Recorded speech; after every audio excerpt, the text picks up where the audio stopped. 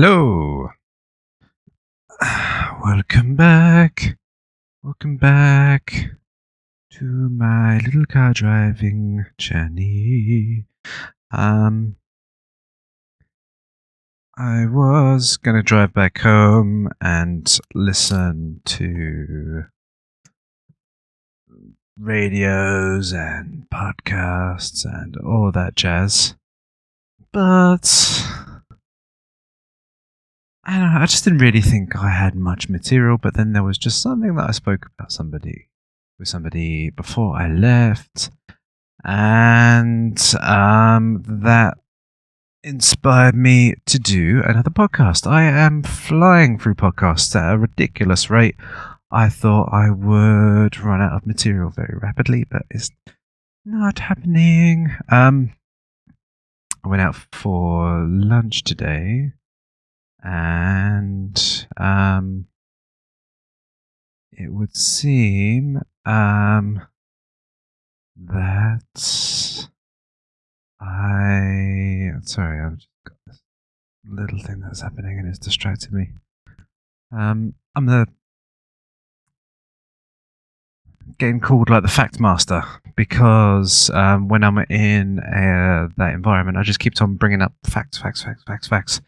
And maybe it's probably because I'm trying to get my mindset onto bringing content to podcasters. So that's why I seem to be just like factoid at the moment.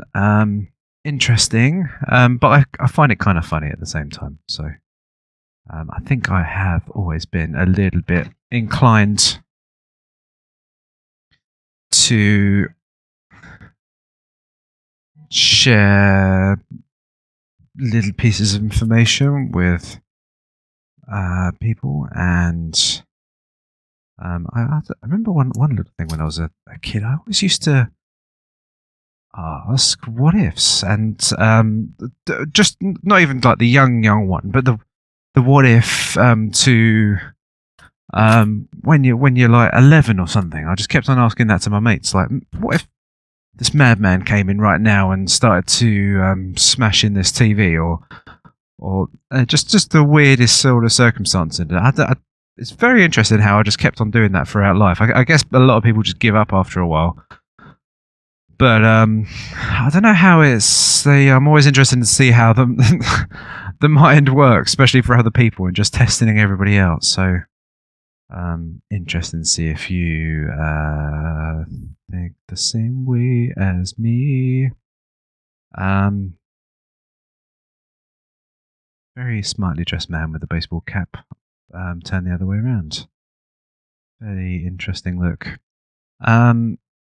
Anyway, with regards to the topic this evening, whatever time it is your end, I was talking to somebody, and incentives was the main focus of conversation. So, a certain circumstance happened to somebody where their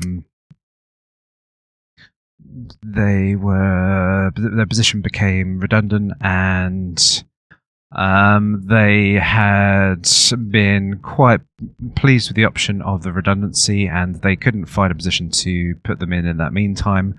So they had lost most incentive to perform at that point, and with no more incentive to perform at that point, then also the peers were not performing that well either. So you had a lot of people doing wrongdoings all around you of not performing because there's no incentive drive for you to work in the first place, and then there isn't really, you're going to get paid regardless of what you do, leading up to the completion of your contract. What are you going to do? You're going to be very lazy, and you're going to take the mickey, and if you've got that slight headache, you're gonna, or just feel a little bit queasy, you're gonna call in sick. And incentives is very important. I think one of thing that is always put forward is your work performance is all baked into the goods of how many days that you show up. However, in this world where we have certain rules and regulations, the government steps in and states that we cannot look at somebody's, let's use a controversial word, disability to choose what employee that we have. Now, choice is based upon disability. Now, this is a very touchy subject, so I hope you can bear with me on this point. So, if I were to live in an environment, and let's do a thought experiment here, and I'm approaching this with the full libertarian ideal, and we're going to go complete, not even minarchist. Well, it could be minarchist because minarchists wouldn't have any sort of rules and regulations, but we're just looking at a anarcho-capitalist state. Well, not state because it's not even a state, but anarcho-capitalist world. I am born into a family, hopefully mother and father and family connections around me. At that point, because they give birth to me, they choose to put me under a certain health scheme, a certain life insurance scheme, a certain scheme for any disabilities. And this isn't even contemplated as anything else. It's the one thing that you always must do to strive and look after your children. So those things are put in place, and it's almost as if you are getting something official like a birth certificate, but these things are just the most important things that you purchase on the onset of you having children. I might try to explore the DNA part of things in a little bit afterwards, because the DNA part is quite controversial, gets me onto the sort of subjects of things like Gattaca the movie, but let's return just back to just a normal I was saying like a worst possible circumstance, but let's just look at the anarcho-capital sort of ideals. Now, so I have got my life insurance, health insurance, all of those things, because let's say I come and I'm born into a very poor family, there would be still a wide range of options to me born into this this family, because the free market would enable, there'll be no barriers to entry. You can have a doctor at any level. The drugs are not restricted by any means, which means that people would need to be a lot more responsible, especially when dealing with doctors, and well, because they are basically the drug dealers and the repairers. But if somebody chooses to be a doctor and practices medicine, and with a fair amount of acumen and being able to join I would imagine some kind of testing board, or like a free market institution that rates your abilities as a doctor, and then you are accredited by that entity, which is a non-government entity. So like a potential, not an eBay system because that's customer driven, but more like an accreditation, like a university. Like I guess that's a little bit connected to governments, but you're still going to get an accreditation by that. That is also insured, so that if you want to be insured as a doctor, and if anything happened in a liable sense, and if you wanted to practice, you would still be able to get insurance in that respect. So everything that you did, if you had any ill practice, and you could, you would be protected in that sense. So you're going to that doctor. The doctor does have accreditations. He is the lowest level, so he is insured for certain levels of procedures, which he can still provide to you. There obviously will be the not accredited system out there, the black market of medicine. Not to say that it's going to be completely evil, but it will be a very holistical sort of. We're going to be trying something new. This new drug's coming onto the market, and it might resolve cancer, might not. High risk scenarios, but this is going to be the risk and reward that you're going to face in being on the lower end of the budget. Now, if you're on the high end of the budget and you've had a very rich family, you obviously will have the highest customer satisfaction doctors, the highest accreditation doctors and consultants available to you. You would have just a flurry of different options, and you will not be beholden to any waiting times. I'd imagine that doctors would come to you and to your door, and to assist you with any ills practices. There'll probably be a doctor that could be run round to you in the next half an hour if it's chosen to be correct. And just on the pointers of the drug dealer doctor, I guess the best accreditation doctors will be very will remove themselves much as far away as possible from malpractice in distribution of drugs that would cause harm, because that is the number one principle of any person practicing medicine, is to do no harm. So that is available. Obviously, if you wish to obtain recreational drugs, there will be companies out there which can provide recreational drugs, and there will not be any barriers to enter into that trade.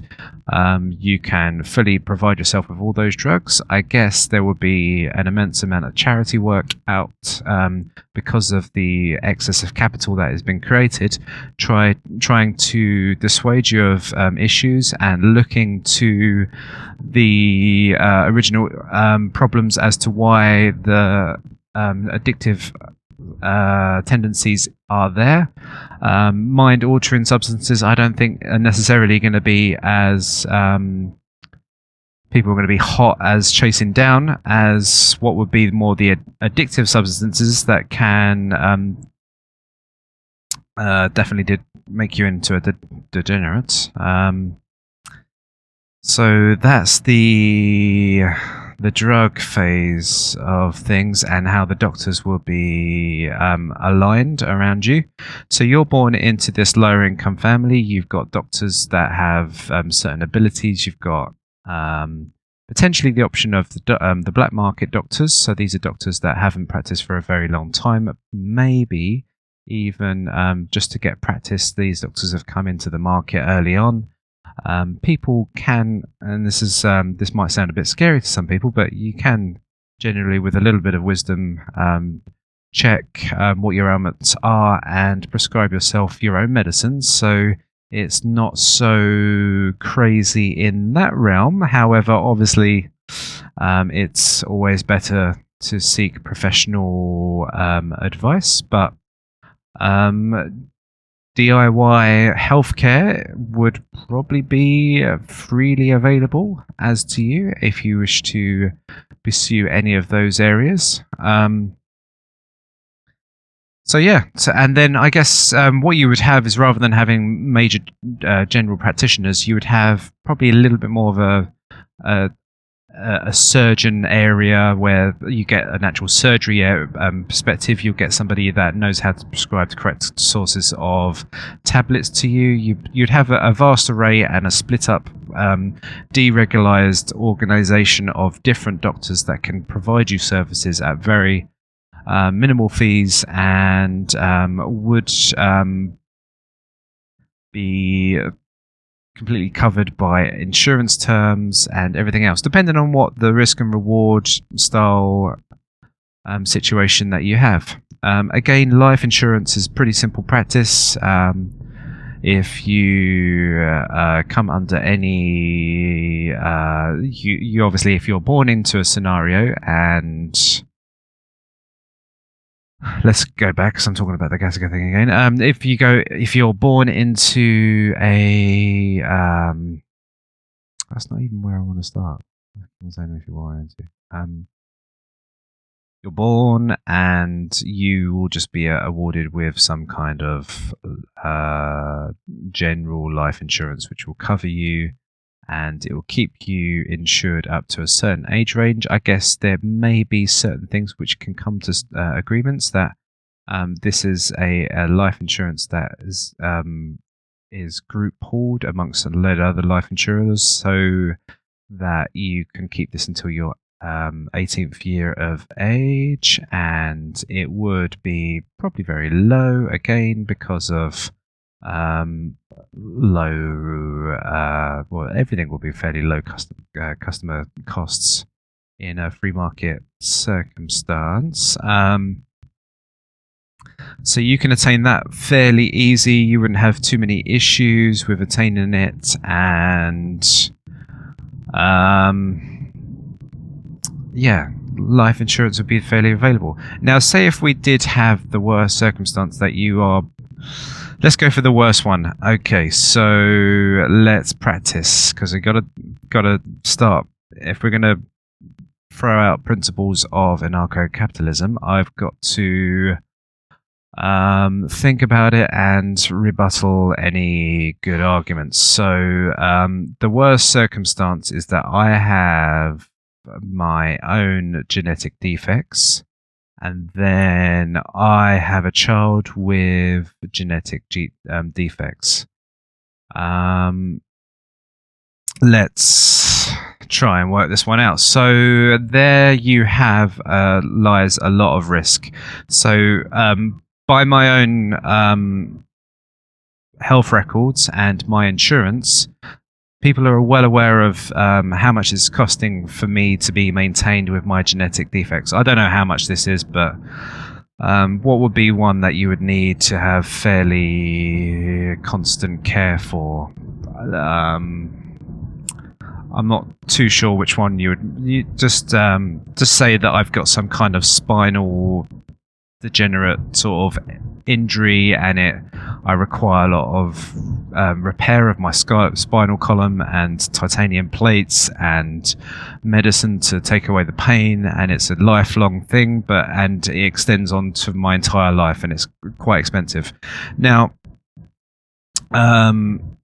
so let's say that I'm probably on the highest field of expense in that circumstance, and I have a child, and let's not confuse things with another person who's got more problems with her as well. But actually, just in case she ends up okay as well, let's say that we've got the equal odds.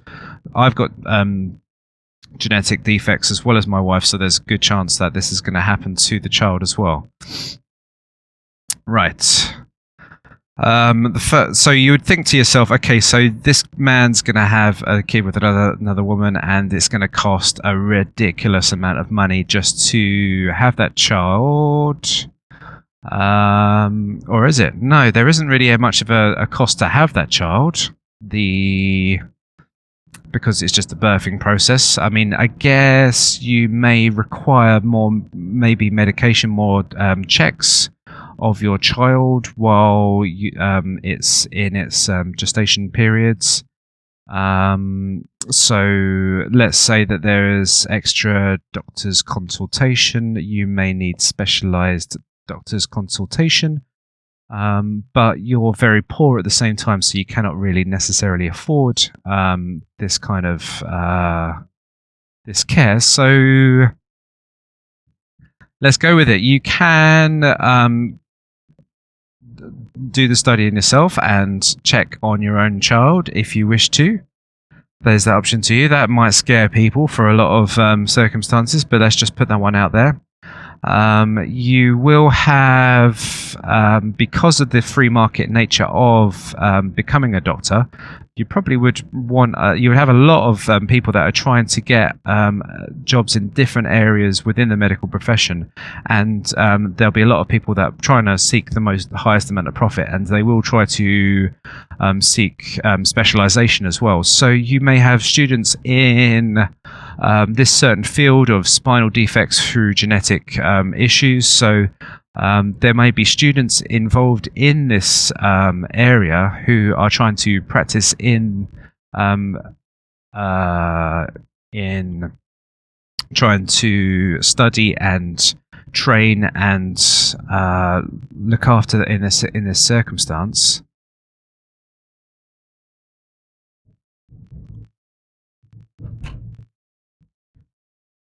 Sorry, I'm just doing some crazy ass turns.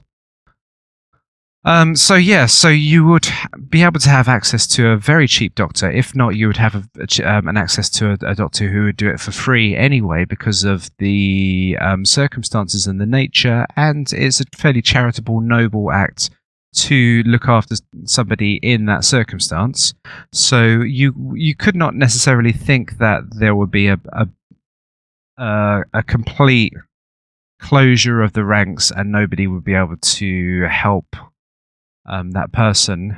There would be knowledge at different steps of the way. People would be a lot more medically educated in itself if there was a lot more DIY yourself medication, and there would be a lot more activity just for good nature, good work, because people would like to see a doctor who is very charitable, very caring, and on his CV there will be that sort of element of the doctor showing that. And even you would have potentially very experienced doctors trying to provide that care as well, just for them being conscious of their skills and qualities and what good they can do to the world from that perspective. So this guy and lady, which have unfortunately had these this illness or this genetic illness, have been okay through the gestation period, and now the child is born. So let's just say, if this could be any more major complications at this point, let's just say this kid's been born and it's got the same problems as the two parents have. And the problems will continue, and by the assessment of the pediatrician and other doctors who are there, and let's just say that they're all there for the same reasons, to assess things. They speak to the life insurance company and the care company of health insurance as well. And they make an assessment that this care for this child is going to be into the highest levels of care. Not to say that it's the highest levels of expense, but it will be in the highest levels of care bracket. Because not necessarily you could have the most luxurious care, but you only need to fix a broken arm every once in a while. However, you can have the circumstances of this child, and then you need to get the right price for the right work. Now, so the life insurance company will assess the implications of that. Now, what would the life insurance need to do in this point? Life insurance is just going to be... What are they going to be doing? They're just insuring for a death. Let's forget about the life insurance. We're talking about the health insurance. Okay, so the health insurance is saying it's the highest level of care. It's going... Here's the price scheme. Say we've got some kind of website search-based search engine which is offers these services. Now... It's a total free market, so there isn't any forced nature of the market to say that you have to and must insure people at the point of the gun. So therefore, there's a lot of people that would say, okay, well, we're going to not offer that service. So all of a sudden you have a market which is opening. So you would have obviously the all the high end market where there's lots of money thrown around. That would be engulfed with like everybody trying to get into that realm because there's lots of high profit margins to be made. There's the middle ground as well, where obviously you're looking at the biggest market, so the biggest companies will be looking to provide for in that circumstance. Then you've got the poor market, which let's say poor but healthy market. And we would say that, okay, so the companies are stepping into this circumstance. They're looking to provide a very good value service for their healthcare. They know that they're working on very low margins, so it's all about the efficiency of the service and how low they can keep down their costs. So there is that market taken care of as well. But then there's the hardest market where you're looking at the highest amount of potential costs and the highest amount of care. So your profit margins are absolutely taken down to the lowest level. Now, really and truly, no company really wants to be working in that environment. However, you would have the highest demand. One of the highest demands in that market, because you're going to have high demand for care, which is humongous and low cost, because people will be like craving for that.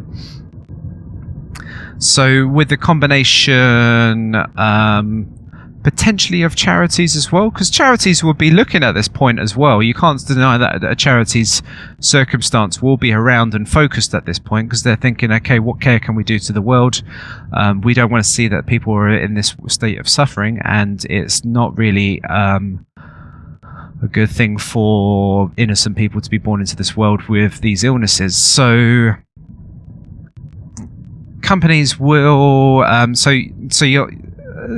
let's even say that the charitable areas are sort of out of the equation. There's still this massive demand, and say you've set up your business and all the other businesses are completely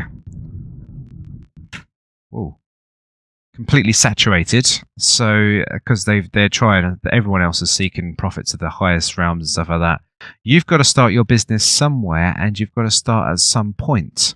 So going back to that trainee doctor, you've got to have those trainee startups, those startups that have the experience, get the time, and have learned the most, have been able to provide the greatest service for the lowest cost ever.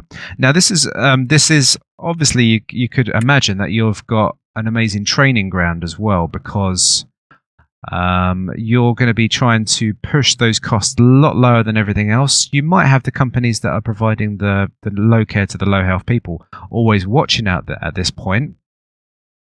You're going to get the highest levels of innovation in this field because of the circumstances that you're put under. You're going to get a lot more exploration in drugs. You're going to get a lot more exploration in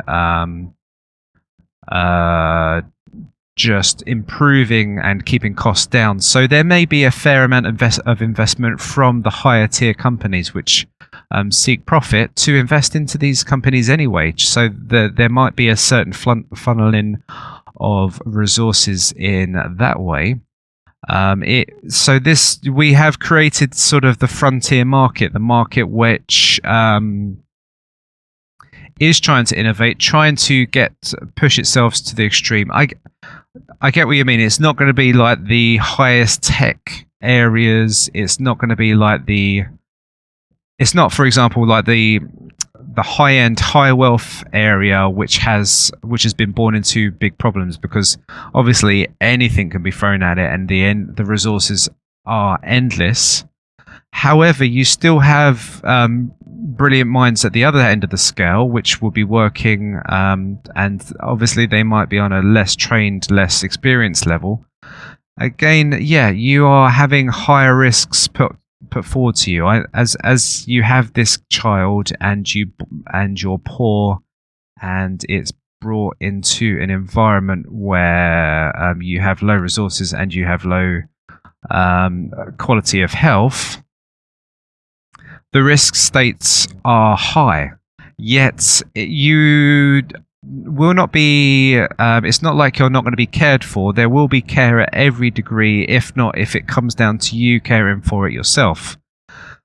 But in the sense, if you could take a perspective that there is a market force in place which can provide for that, there shouldn't be too much of an issue. The only issue that you're going to say to yourself is that you're not going to get the highest quality of care. And yeah, that's true. You're not going to get the highest quality of care, but you will get you're going to get the most amazing value in care that could possibly be devised by humankind, with the profit margins that you're requesting for the genetic issue that you have. And that is that will be a sight to behold, and the sight of immense I don't know what to describe it. It would be the most amazing frontier of work to enter into. It would inspire people so much that you would be doing so much incredible work to work in that field. I think it would be revered. And you could see that there would be a lot of people that would be highly profitable, that would be putting in a lot of money into that resource area anyway. You could get like this opposite drilling effect, where the people with the lowest means get the highest quality of healthcare value anyway. And you might find that in certain circumstances, the people at the higher tier are pretty much in the same realms as the people on the lower tier. So it's all very possible and probable. Remember, I'm stating here things that I'm of market forces and things. You can try and beat me down a little bit and give me some good pointers back of how this evil capitalist system is going to destroy everything. But I think that's a fairly good argument just to put forward in the terms of this very sick baby's care. Now, let's say that this let's say the care is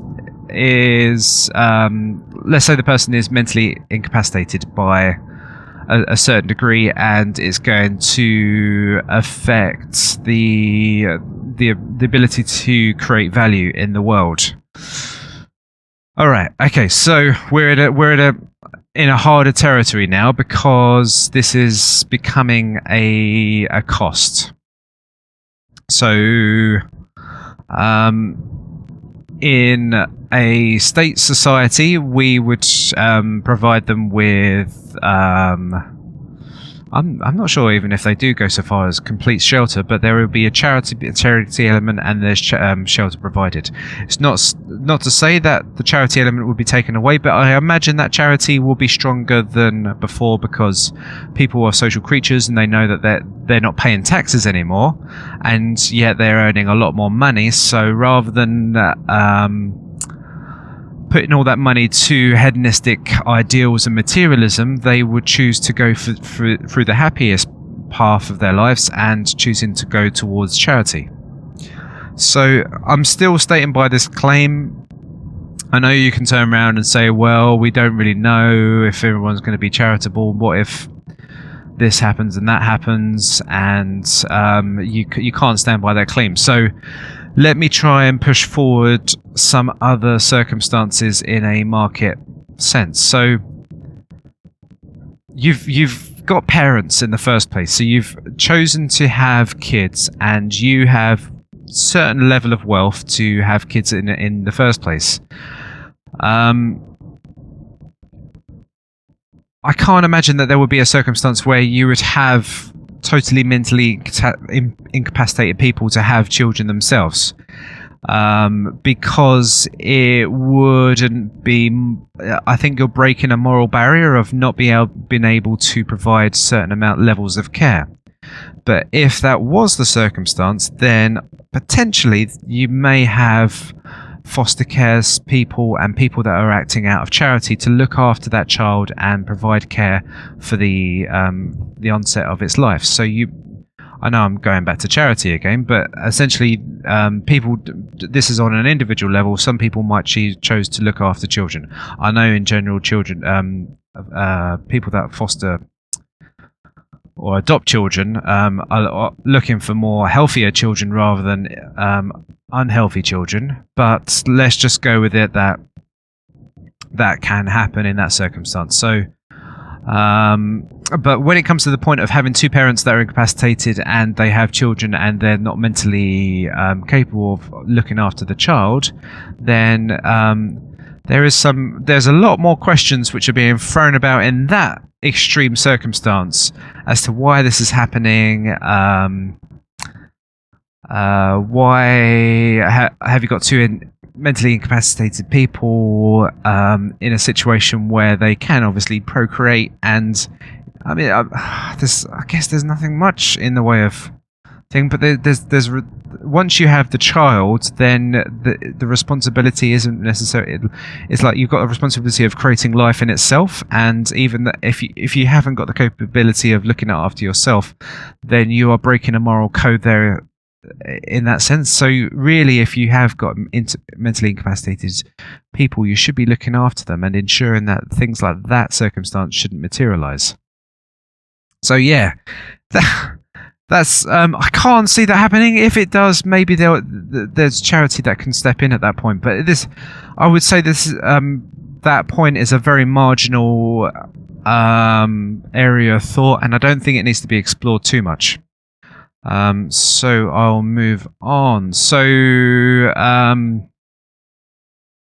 these parents would have a fair amount of means, and even if they are on the poorer end of the spectrum, they are doing the lowest level of service providing. I don't know whether they're making beds or whatever, but just they're providing some low level of of service.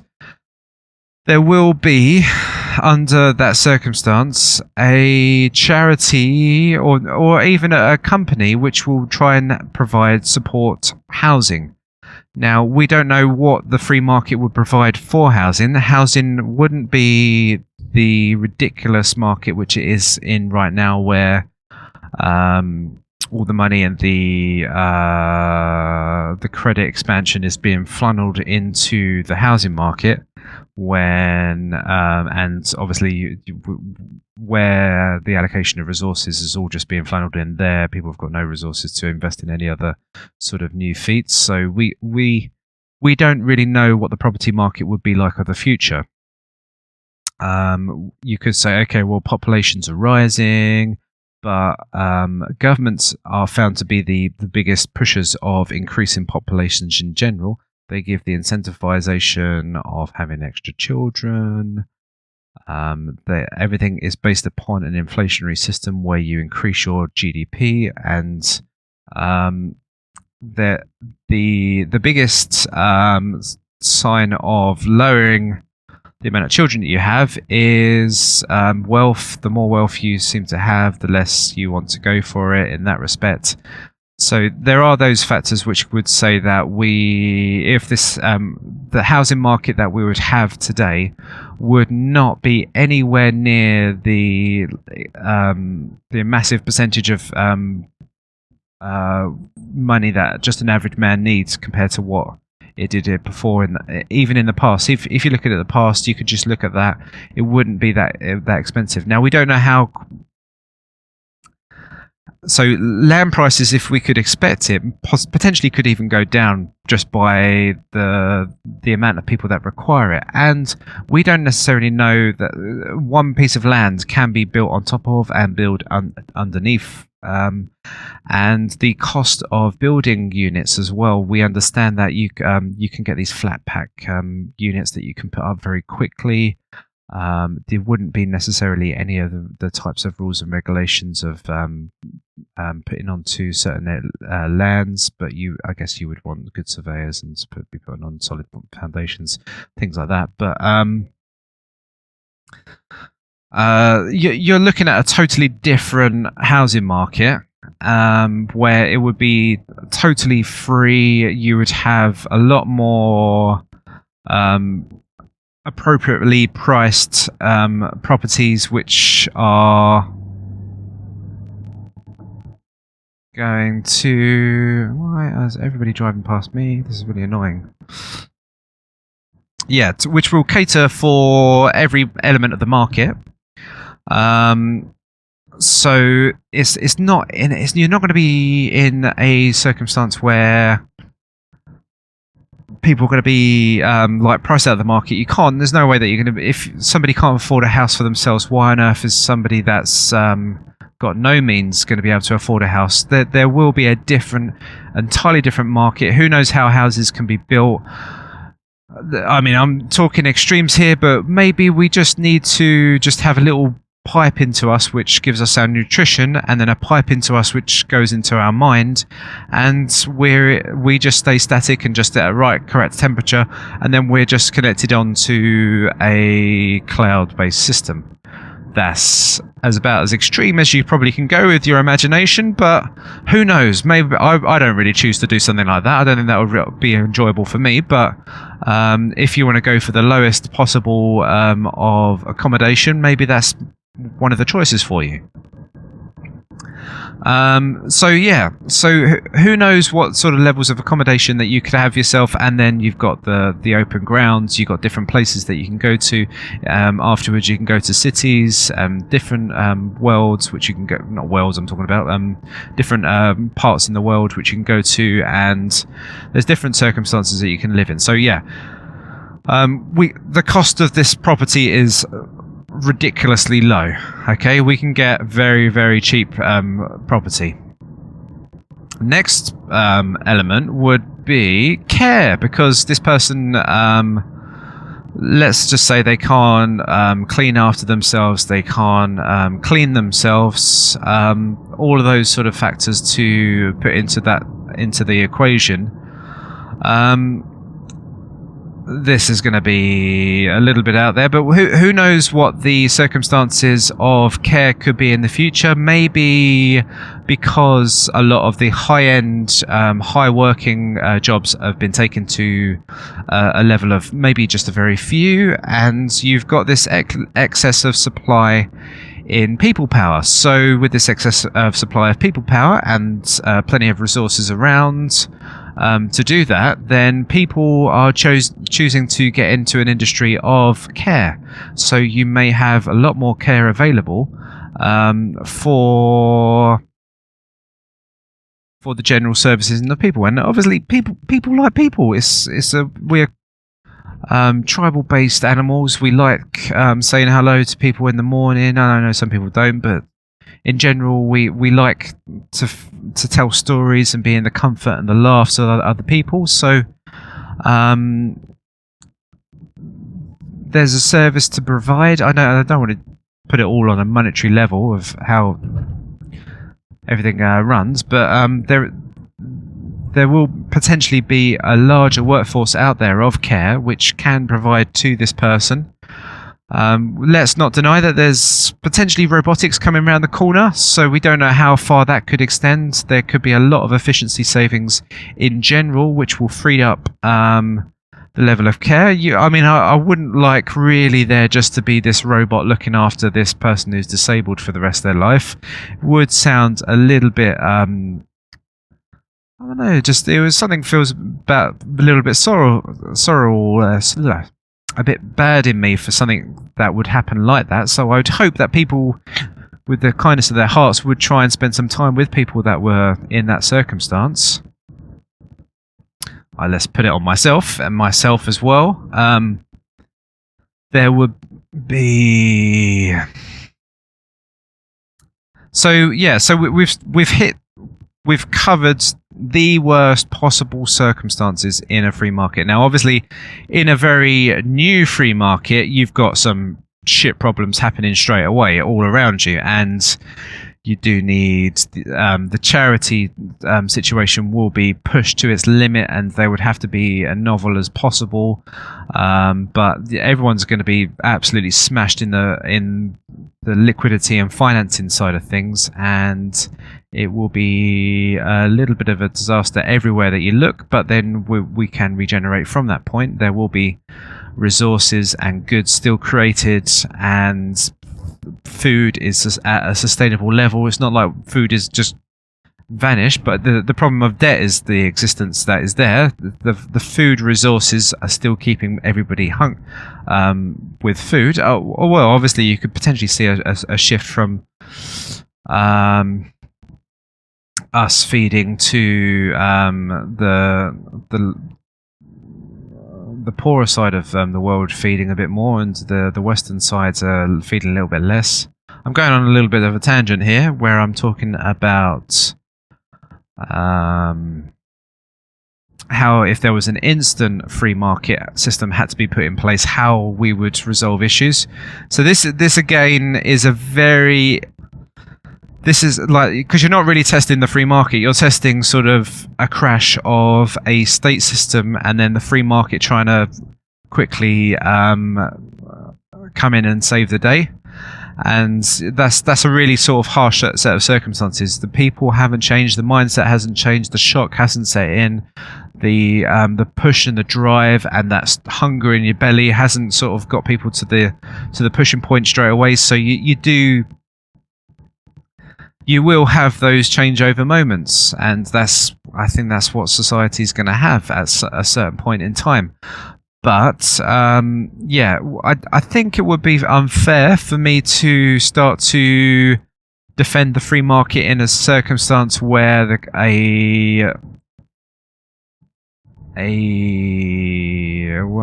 what do we call today's political system? It's sort of like a corptocracy, where the corporations has the highest power to what seems to be some kind of democratic government, but that's the general consensus of the systems at the moment. So yeah, free market can kick in there in the worst possible circumstances where people are starving and people are in that position of immense need. I can see that there are arms and branches of help which can come in and provide a high quality service for people, and they may even, if we see the full beauty of liberty happening, they may even get a far better service than even the rich. Who knows? Who really knows in that sense? But if let me just put by this claim, obviously not directly straight after the crash free market system, but a fairly well tuned up free market system in healthcare. Once that is up and running, you can see a delivery and an explosion of innovation in all the spheres that, yeah, you're going to have an extreme higher sense of well-being in every area. There may be the cure to obesity, there may be the cure to cancer, and we have got and maybe it will create a whole list of other issues for society to deal with, but which I can probably start thought experimenting on at a later stage. I don't really want to start going into turning into some incredible hypothetical machine, but because we can go on forever. But I just want to show you in that thought experiment that this point in time where money dries up, you cannot extract any more wealth out of the citizens, and the debt spiral has popped, and services cannot be paid for, all that kind of stuff. There's a realization that the system that we were in was unsustainable, and yet we still choose that we would still maintain certain circumstances of this ideal. The problem would be at that point is that we would have to say that straight away we can't live in the system where you take and you never give, and that's probably like the the message. I know that you could say, okay, yeah, but these people, they've been born into this problem. There's a generation of a drug war which is smashing these people apart, and I totally agree and I totally sympathise with that circumstance. However, if this system and the model that we run turns to be an epic failure, then we understand that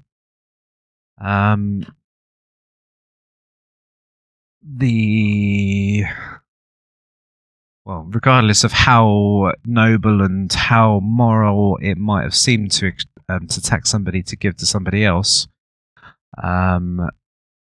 even though it is an act of theft,